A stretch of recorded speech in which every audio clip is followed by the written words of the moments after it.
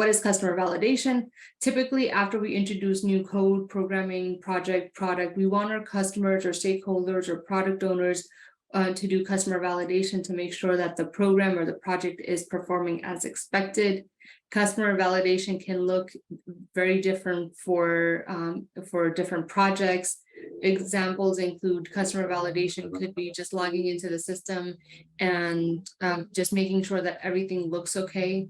Customer validation could be, creating a new customer in the system. Customer validation could be doing end-to-end testing. So it all really depends on the organization and the type of projects that you're working on and what you have ability to do in the production environment, right?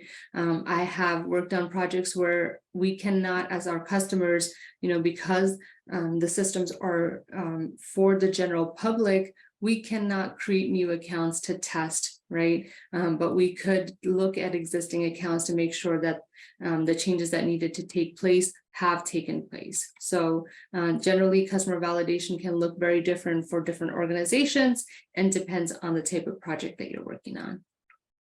What's a go, no-go decision? Generally, we have leadership and the entire project team attend this meeting. Go, no-go decision is after we have moved things to production.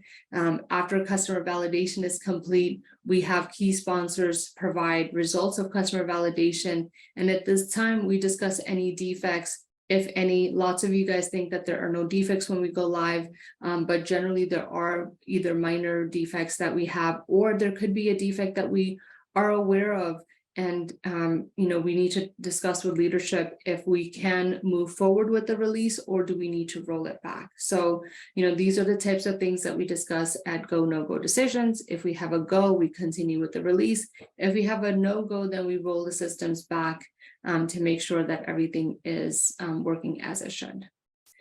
Examples of release plan or implementation plan. This is something that I've just made up, right?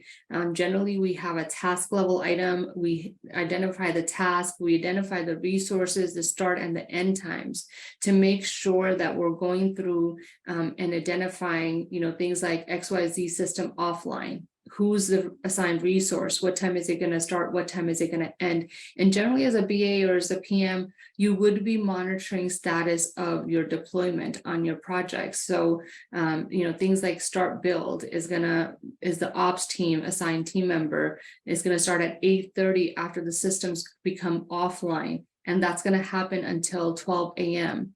And at 12 a.m., once the build is complete, they're going to communicate, our team members are going to communicate to us that the build is complete. We do health checks, we do customer validation at 6:30 in the morning. We have a go, no-go call with leadership at 7:15, and then we continue processing continue communicating that the release either has been successful or has not been successful. So this is a sample of what a release plan may look like.